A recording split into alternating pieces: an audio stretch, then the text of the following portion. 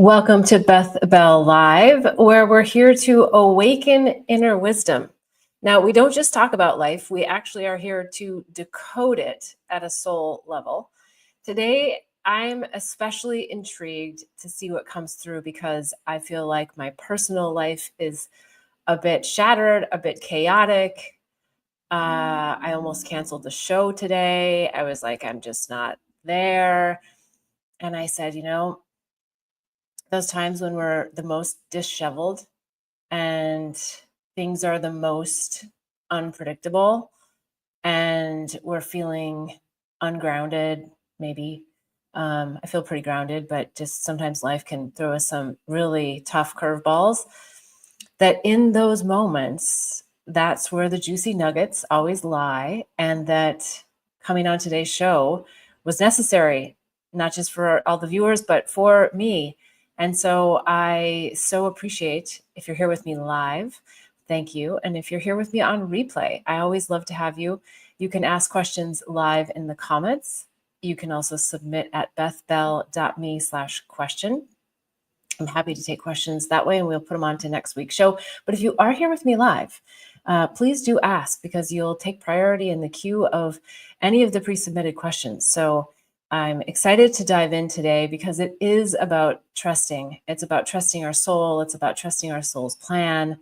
And there's a lot of juicy questions that will be really interesting to see what comes through for all of us. And as I said, especially for me, with everything that's going on in my life right now. So if you've been feeling stuck or just doubting your own journey, this is definitely the show for you. I know there's going to be a lot of stuff coming up about intuition, timing, old patterns, and even the most spiritually awake amongst us can feel a little bit wobbly at times. So I'm happy to be here with you, and I'm happy to have you here. It's a space of awakening for all of us, and the journey is one that we do not want to go alone. All right, I'm jumping in here to the questions. So, question number 1. What if my soul is orchestrating delays, not as punishment, but as protection?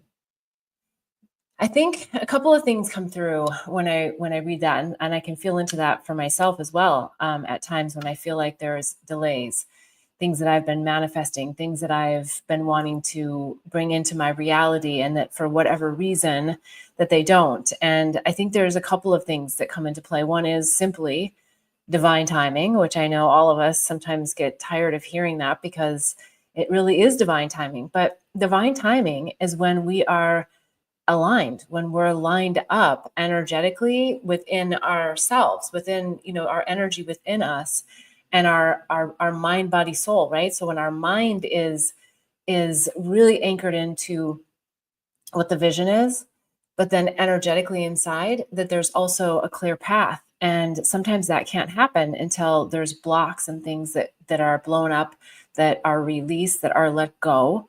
So there's a lot of different things that can sort of shift that divine timing. It's not like a static timeline.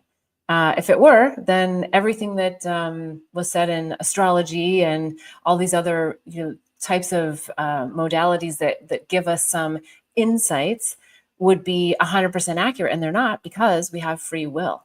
We have free will here on planet Earth in this dimension, and that allows us to have a mind, a body, and a soul. And sometimes we're not lined up with the three of them, which comes back to that divine timing concept. Now, when it says, what if my soul is orchestrating delays? I would say that it's actually not your soul per se that's orchestrating the delay. I would say that it is your lineup, and it is heavily weighted by your mind. Now, you might feel like, yeah, no, I'm really clear, and I've been really clear on the vision, and I've got it down, and it's still not happening. And again, that goes back to, what are the blocks? But if we start to get into the blocks, then we go back to the mind. So the challenge is to always feel into the heart space. And one of the ways we do that is through love, through community, through friendship, through connection with even strangers at times, that you can have a smile or eye contact or just something that makes you feel like, hey, like we just had a nice connection, a nice communion together. And it doesn't have to go anywhere beyond that. It just is that nice feeling. So it's really about, yeah, sitting in your own wisdom and your own knowingness that things are coming in the divine timing. The other thing that was also coming through is the fun factor. I know yesterday I had to really put myself a little bit out there to go and try to have fun because there were some things happening for me that didn't necessarily feel fun. And yet I wanted to move the energy. So whether it's sadness or it's grief or it's joy, moving the body and allowing the body to have the energy either be released or circulate. So if it's joy, then hey, why not? Why not shake it around all over in your body and to really experience and feel that joy in every part of your cellular system. And if it's grief, that's something to actually feel and then allow it to release. So once we do that, that starts to get that lineup to happen again so that the divine timing, which is again, not a static timeline. It's not like it's a dart on a board and it's going to happen on that date. It's going to happen. So that's the other beauty of it, is that there are parts of our journey that we have set forth coming into this lifetime. And when we actually match up to that is still very much in flow with our alignment. So I know that sometimes that can be challenging. Patience is also one of my weaknesses, if you will, let's say opportunities. And so I think that is the case for a lot of us, especially the ones that are really wanting to make a difference and really wanting to help humanity heal. And everything is in flow in divine timing. All right, let's keep moving along here. Next question. How do I know if it's time to walk away or if I'm just avoiding discomfort?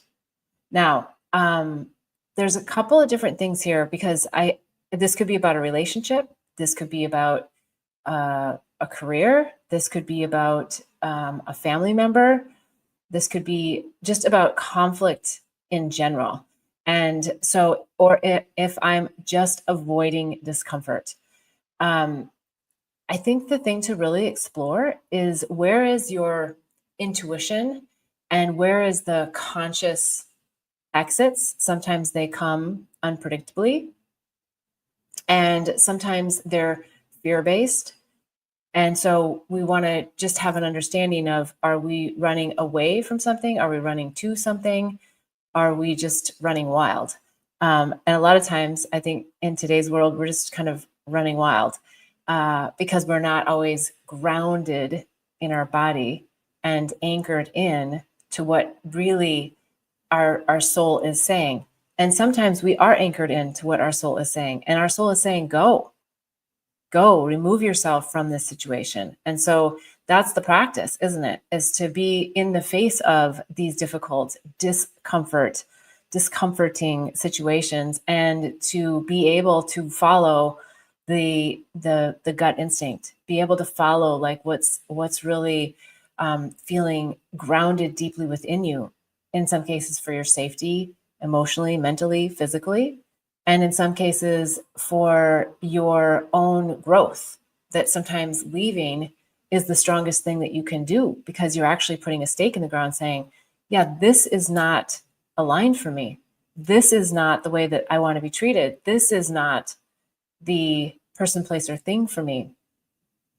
So it's having that clarity of, I do not want this.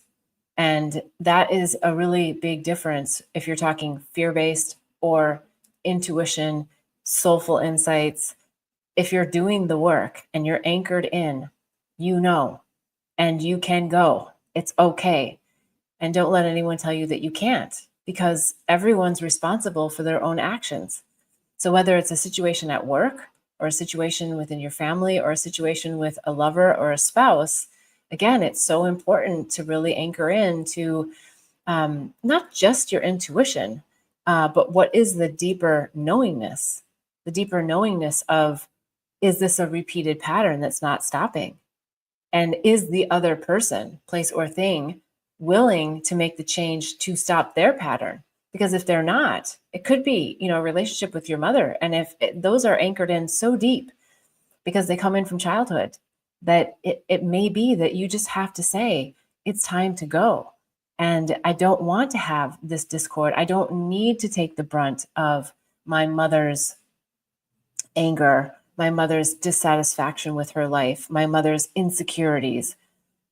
And it may be time to actually finally say, no, I'm going to go. And that allows the other person then to have to sit with, what is it within them that attracted the situation for a beloved, a child, someone close to you to leave? Like, what really is that? And so when both people can really anchor into that, that's the beauty where the lessons really get learned and the growth really happens. If you shut down and you're in fear, or you're in anger, or you're in blame, then you're not getting the lesson. It's not going to get you to where you want to go in life. It's just going to get you back to the same pattern. Yes, thank you for the great point comment.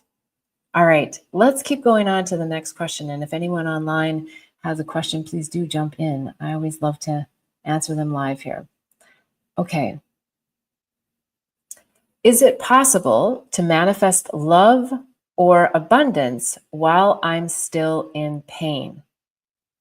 Yeah, I think actually there are times when we are in pain and suffering that puts us in our most vulnerable space, like where we're actually open to new possibilities. Whereas before, the mind can be so strong and, we can be so stubborn that we want it to happen our way, or we just see it our way. We just know it our way.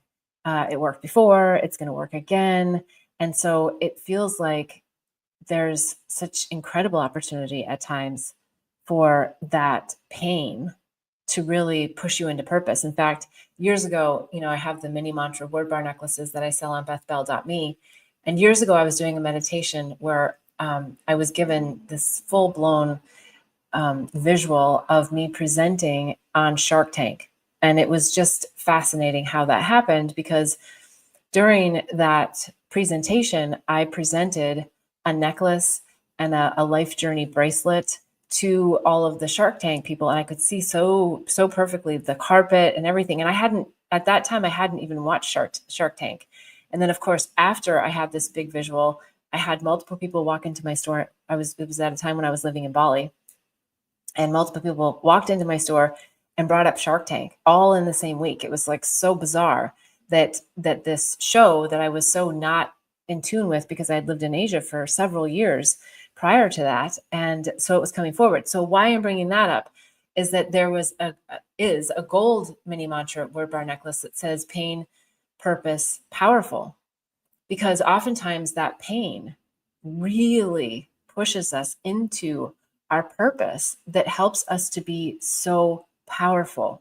Because when we push through the pain points, when we get down deep in the dungeons of our own shadows, and we dislodge those thoughts, those memories, those issues, those feelings that are unfelt or suppressed because feeling them was so painful that we just don't want to bring it up again. So I think in pain, you can do oftentimes your biggest and your greatest work. And so I would not shy away from manifesting, whether it's something in your business, whether it's manifesting a new partner. I don't know exactly in this question what the pain was caused from, but yes, absolutely. Pain is a real juicy emotion that, while I'm not trying to discount it or spiritually bypass, I'm just trying to say that pain really humbles us. It really puts us in our body. It really puts us here and now, because we experience the pain in our body. Even if we're talking about not emotional pain and suffering, we're talking about, let's say we broke our toe. Think of something that you've hurt in your physical body, and your attention goes right to that place, like, that hurts, and it brings you really anchored in to wanting to care for yourself, whether it's to take care of the pain in the toe or whether it's to take care of the broken heart, to take care of whatever you're feeling like, deeply within your body that you don't want to feel. It's your soul nudging you to feel deeper and to feel more and to be in the depths of that feeling so that you can release it. Because look, we're only going back to our innate wholeness, our innate perfection. Yes, we're all perfect and whole at the core. It is just the mind and our external experiences that have created some really interesting, gnarly situations that our mind wants to hang on to those stories. And it's okay, because that is the human experience, is to have experiences and to have stories. And that's how we connect with other people, is to tell our stories. It's our attachment to the stories. It's our entanglement with the emotions involved with the stories that creates the discord for us. And as we practice and we practice and we practice, detaching from the details of our stories and allowing ourselves to feel the emotions of our pain, that we can start to just move through quickly. We can just, oh, okay, yep, got that. Again, not discounting pain, not discounting having an emotion, but actually valuing it so much that you're so in tune with feeling your feelings. There's so many people out there who are not, because we got taught at a young age to not have that somatic experience within our body and to just, find an exit strategy in our mind, as opposed to actually feel it and feel through it and release it.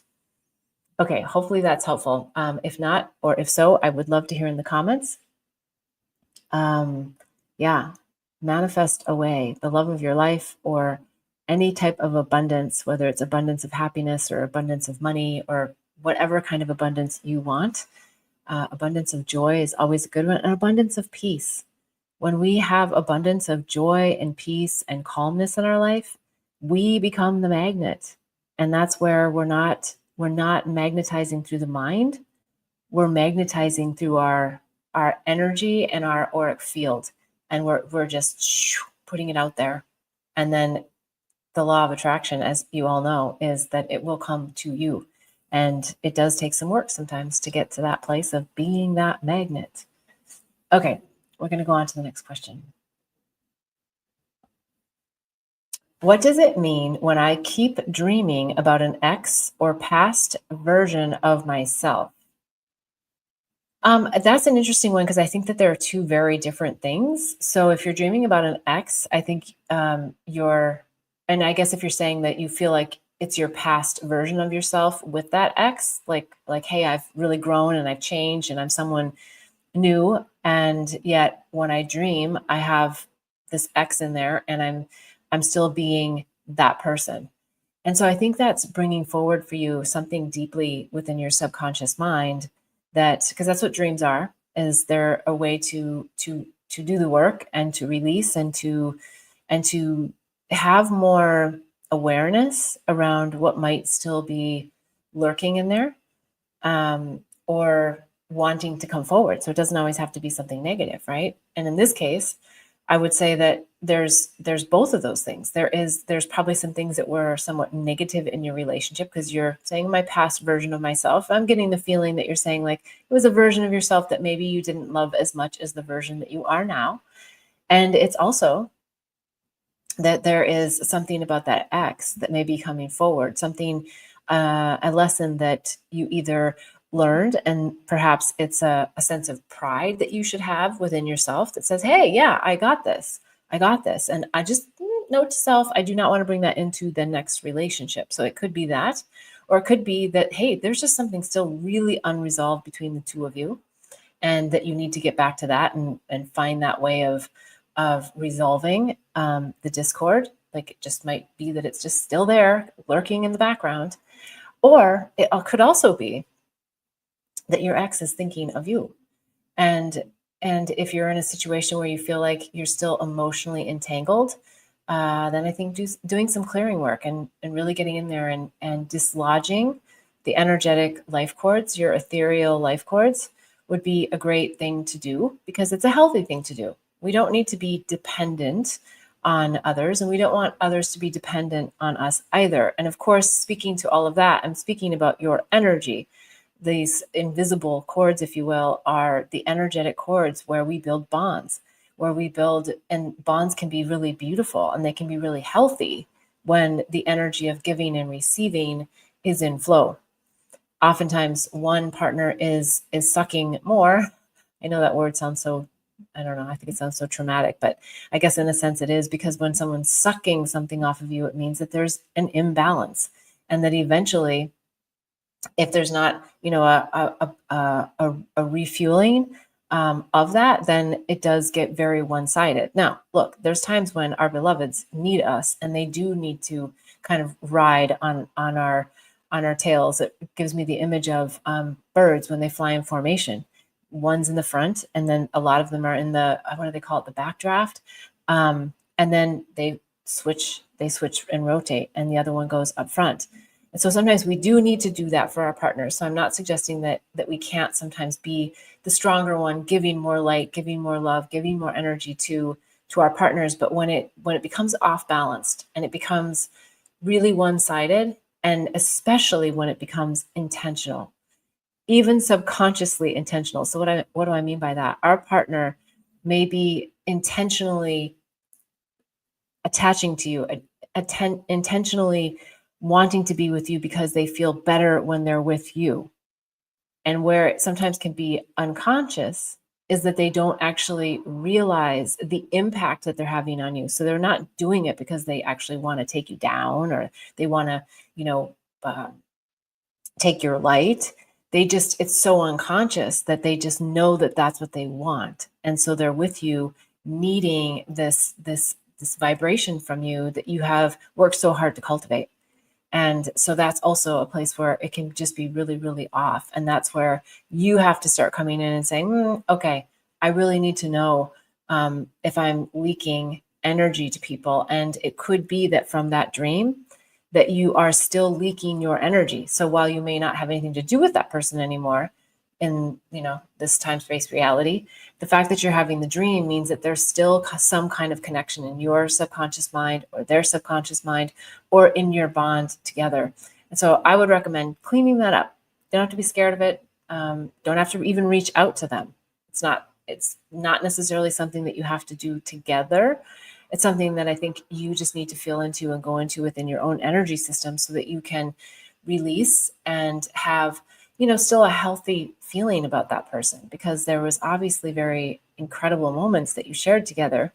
And so focusing on those without recreating the bond, without recreating that, that feeling of togetherness, and recognizing your souls being separate, but honoring the beauty that the two of you shared together. And that's such a beautiful place to be.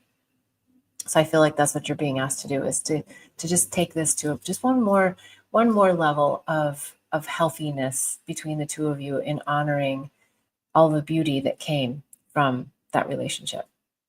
All right, let's keep going. And again, if you have any questions or comments on others' questions, I always love to hear them. Okay, and if you want to go deeper, you can always go to bethbell.me and sign up for a one-on-one session, or my VIP monthly intuitive soul advising programs. Okay, how do I rebuild trust in myself after ignoring my intuition for so long? Yeah, what comes here is oftentimes we beat ourselves up for blaming ourselves, shaming ourselves. I knew better. I should have. I didn't. Why didn't I? I felt it. I knew it. I didn't trust it. All of those things can come forward when we look back and we go, yeah, and I know my intuition was telling me, and I didn't do anything about it. But I think you did do something about it. I think you did listen to your intuition. It didn't necessarily mean that you weren't supposed to continue to have the experience that you had, because you called that in for your growth. And so the beauty sometimes of having the intuition is that you can see forward, and you do have a choice. You can go here or here. on that choice. You can follow like exactly the energy line of what the intuition is, or you can say, ah, gosh, I feel that, but I want to explore. I want to know that I did everything I could to follow that. So I just think what's coming forward is don't be too hard on yourself. Don't get into the shame, blame game with yourself. Your intuition is online. If any of you have read my book, Angels, Herpes, and Psychedelics, you will know that my intuition was completely online, but I did not want to listen to it. And I didn't want to listen to it because those are the experiences that my soul was calling in for my growth. So it's not a bad thing. Like we get this gift of intuition, but oftentimes we have to still play it out. I mean, think about it like this. If any of you are parents, how many times have you thought, oh God, I know what that's going to happen to with my child. Like if they do that, I know what's going to happen. And yet you go, I just have to let them do that journey. I have to let them go on their own and experience it. And so a lot of times that's what we have to do with ourselves. It's just let ourselves have the intuition, the knowingness, and still step right into the fire and still have the experience, because having the experience sometimes is necessary to either grow to the next level or to release so that you're not stuck where you are. There's always beauty in these situations. They don't feel like it at the time. I know all too well.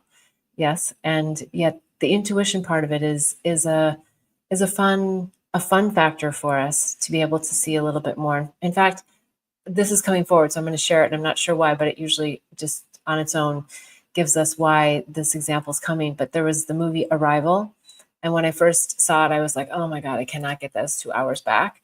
I think it was even 2.5 hours or something.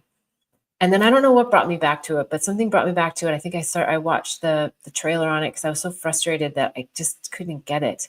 And so when I watched it again, I realized how profound the movie actually was. And one of the things that's coming forward to share about that movie was the lady, I can't think of her name, but her ability to the heptapods, I think were the aliens.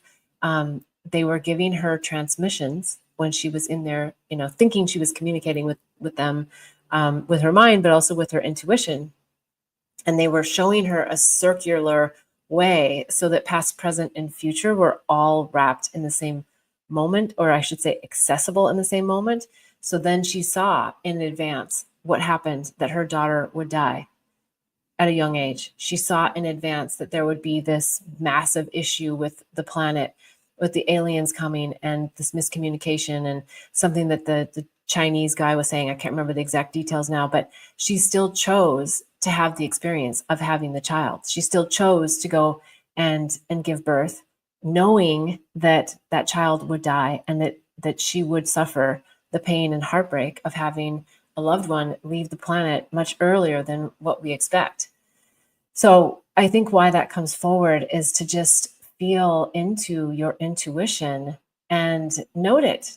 And then when everything plays out exactly like you initially knew, that you're not hard on yourself when it does. It just be like, thank you that I could see that, because that intuition is always, that knowingness is always online with you through the entire experience. So because you had that intuition, you were able to expand and grow, expand and grow, expand and grow, expand and grow throughout the whole process. Whereas if you hadn't had that intuition up front, it might be even more devastating, which again, we're not trying to run away from devastation. If devastation is meant to happen, it'll happen. But I think it's one of those tools in our spiritual toolbox that helps us to just really go, oh, okay, I saw that coming. But then we also have to be careful that we don't use that intuitive hit, because sometimes it's fear, it's not our intuition. And then we create that situation. So there's also a huge difference there, to not create the negative situation with something we think is intuition, but it's something that is actually our fear-based thought, a heartbreak, something that's deep within us. All right. Let's go on to the next question. Why does spiritual growth sometimes feel like I'm losing control? I think a couple of things come through here. When we're navigating what feels really chaotic, um, we feel like we're losing control, but it's the mind, it's the ego mind that's losing control. And I think it also kind of ties back to one of the first questions, which is surrendering into the vulnerability of whatever that that feeling of why do I need control? Because when we're in flow, we know what that feels like when we're in flow. Like, oh wow, everything's happening. Oh gosh, things happen. A dear friend that I hadn't seen in a long time went for a walk yesterday, and all of a sudden she said, "Hey, I'm looking for a silent disco DJ for my wedding." And I was like, "Oh my god, I have someone!" And it was like boom, boom, boom. It all just happened, and so she had manifested that to happen. And me, of all people, I would have never thought I was going to be connecting my friend that morning to a silent disco DJ, right? And they did the deal, and they're booked in and deposits made. And so it's just like flow, ease and grace and flow. And so I think that when we're in that place of control, if you find that you're feeling like you're losing control, then that's when you want to let go even more, let go and surrender into the lack of control, because it's your nudge to know to let go when you're starting to feel that chaos. And that's where it comes back to the trust. And that trust can be so challenging because oftentimes we've had a number of scenarios that have happened previously that were a pattern, and we're like, shit, how am I going to trust that? I trusted before and it didn't happen. I trusted before and it didn't happen. I struggle with this with a lot of different things. And then I have to go, no, this is the now. This is the now. And I'm in a different energy. I'm in a different time space reality than I was a minute ago or a year ago or 10 years ago. So it's being in that real flow state that's going to help you be out of beautiful control, right? Where you're just really in flow. And that is, yeah, one of the things I've been doing recently is a beautiful meditation. In fact, I might put it in the link here. Two gentlemen have a dance, a breathwork, visualization, dance, meditation. It's a program you do for 21 days. And I have not incorporated dance into my morning meditation. And wow, it has been so incredible to just be in flow and to be moving. And yesterday I decided, because I didn't get it done early in the morning, I was like, I'm just going to go to the beach. And it was super busy. There was lots of people. And I did my dance meditation, and the energy that you just throw out there, right? Just like not being in control and being in flow and just, whoosh, it was like, I could feel, there were people that came closer to me. There were people that yeah, and not because of any reason other than just the feel good energy, just I'm not trying to control what's happening right now. I'm not trying to be in control of my body. I'm just letting spirit flow through me. So if I don't get the link in here and any of you want it, please remind me after the show, and I'll put the link to sign up for these guys. They are really, really incredible. Okay, let's go on to the next.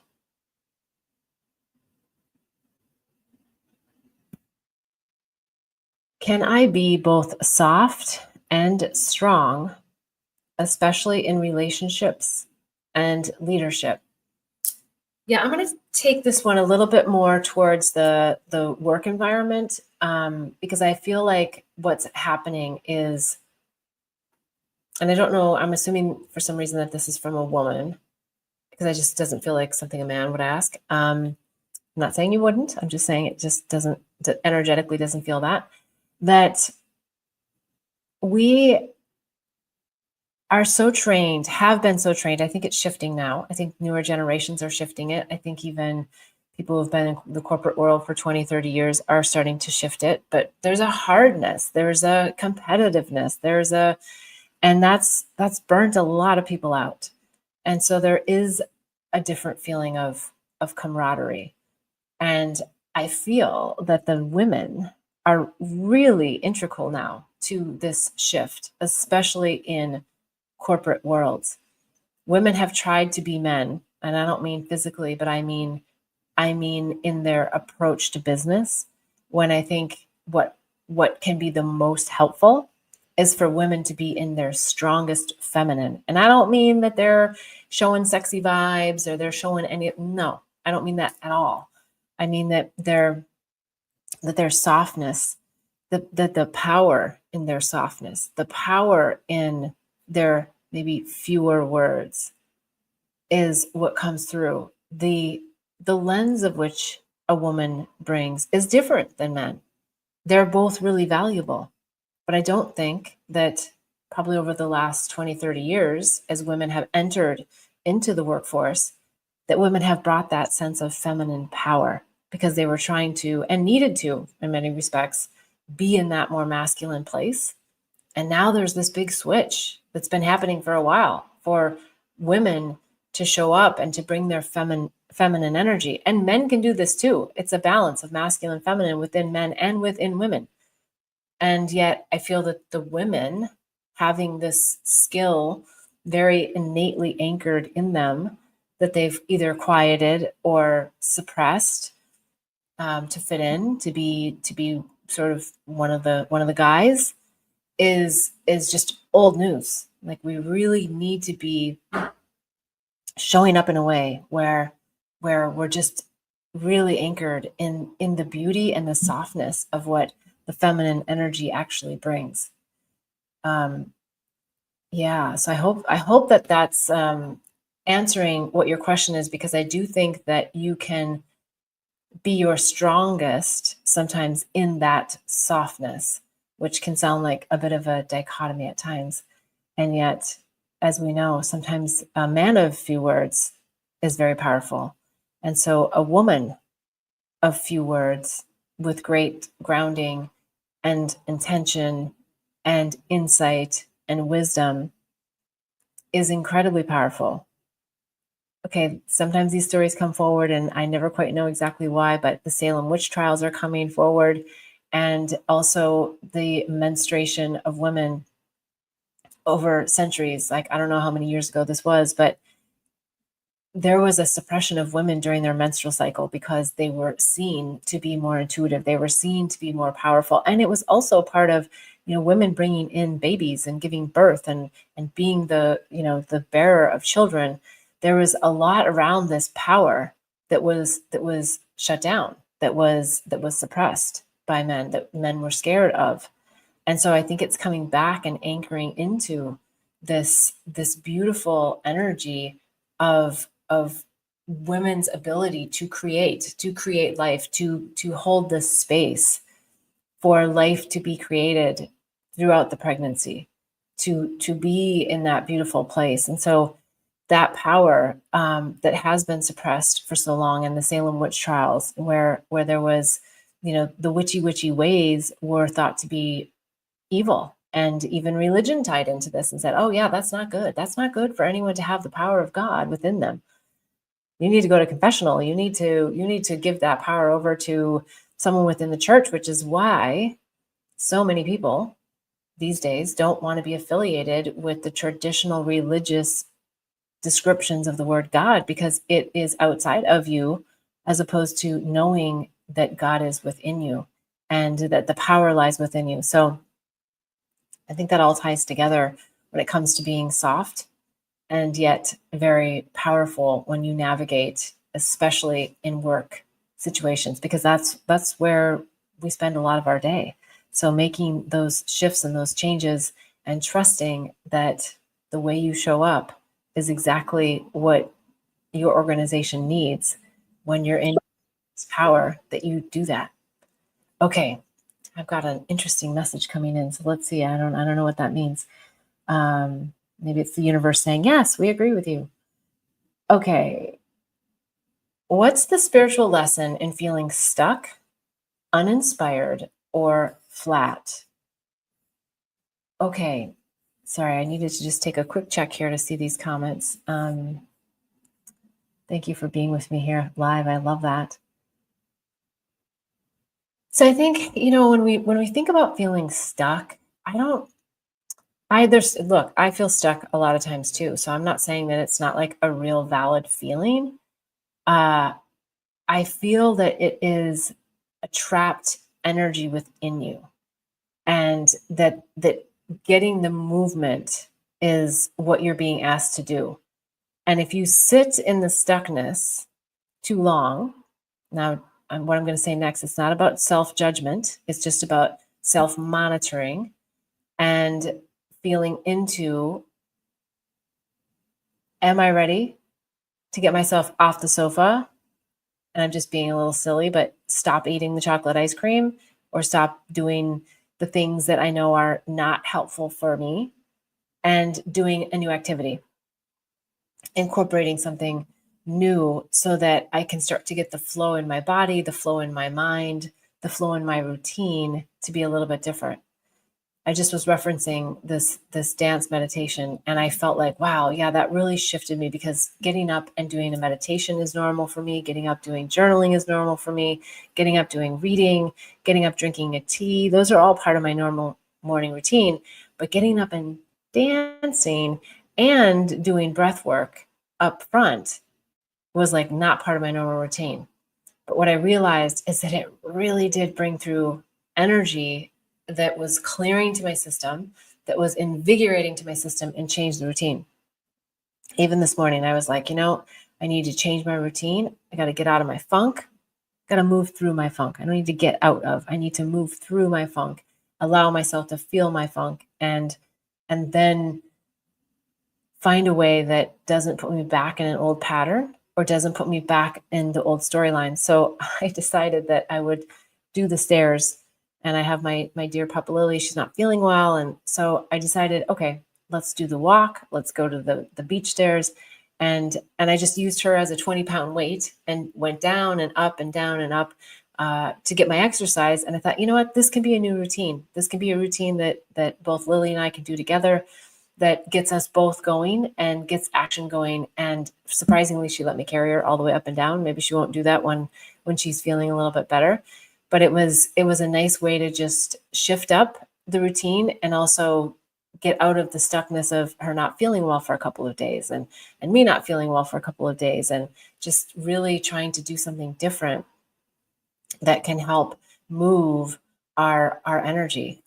Yeah, thank you for loving that. I think it is, just something that we can do, is sometimes just those small little changes, but it's also just getting ourselves up and moving. And that can be challenging because we want to sit with the mind and ruminate, or we want to watch or do something that keeps us in that rumination. And also, the other thing that comes is shifting your music. Um, Listen to your music and see, what is the music talking about? Is it the energy of whatever? I don't know. It's like a silly thing to say, but the country songs, a lot of them are about, the guy's boots under the bed and the truck in the driveway or whatever, So if you're listening to those kinds of things, then you're going to be in an energy line that's of sadness, that's of heartbreak, and so shift, right? So I just shifted my playlist recently. I'm like, no, I'm listening to something totally different so that I can be in a different reinvigorated mindset, and ask for guidance and ask for things to come through me that don't keep me stuck in the old stories. Yeah, I want to process any story that needs to be processed, but I also want to move through it so that I can be my best, brightest self, that I'm not anchored into the sadness of things that are happening that don't feel nice, or that I don't want to be happening in my life, but that I can actually keep processing and keep flowing and keep going and keep shining. And yeah, that's really, I think, a big thing for us, is to switch up our schedules, and that will help you get unstuck, uninspired, and re-inspired, so that you're not feeling that flatness and that yeah, like, how do I get myself off the sofa? And also, the other thing that's coming, because this is something that I do a lot as well, is, we process stuff with friends. And there's nothing necessarily wrong with that, especially if you're processing with someone who's in a similar vibration that can help you raise your vibration and help you move through it, as opposed to keep you in it. But then there's also time where you just go, okay, yeah, I don't need to go into the details of that stuckness. I just need to shift my state, go to a different topic, ask them what's going on in their life.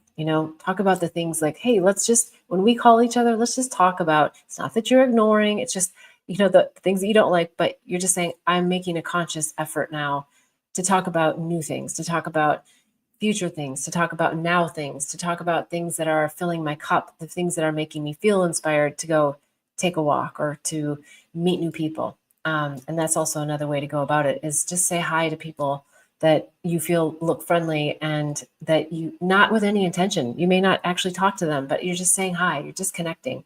You're just putting your energy out there in a way that's very loving and open and inspiring. And you never know who may actually stop and talk or what new friend you may actually have at the end of that. Okay, I think we're almost down to the hour here. Let's see. I'm going to see if I can do one more and then we'll close up. Is it safe to want more, even when I already have a good life? Of course, because we always want to be expanding. The soul is got a plan for you. And if you stay sort of just neutral, things will start to get stale for you in a sense. Like, yeah, it's a good life, but why not want more? I just, the only thing I would say is I don't like the word want. I think, to fulfill your desires is a way that you could, yes, I want to fill my soul's desires. I want to fulfill my mission, my purpose. That means that there's something more, there's something different, there's something new, there's something fresh, there's something perhaps old that is. And so it's staying in that energy of like, this is a great life and I want it to just expand even more. So I don't really like the word good. I like the word expansive. I want my life to expand. I want to experience all that I came here to experience on planet Earth as a soul in this lifetime.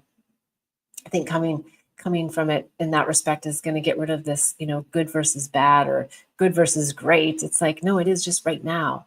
It is what it is right now. So even though you might have a good life, it might not feel good right now. And so let's make that good be present within us in every moment of now.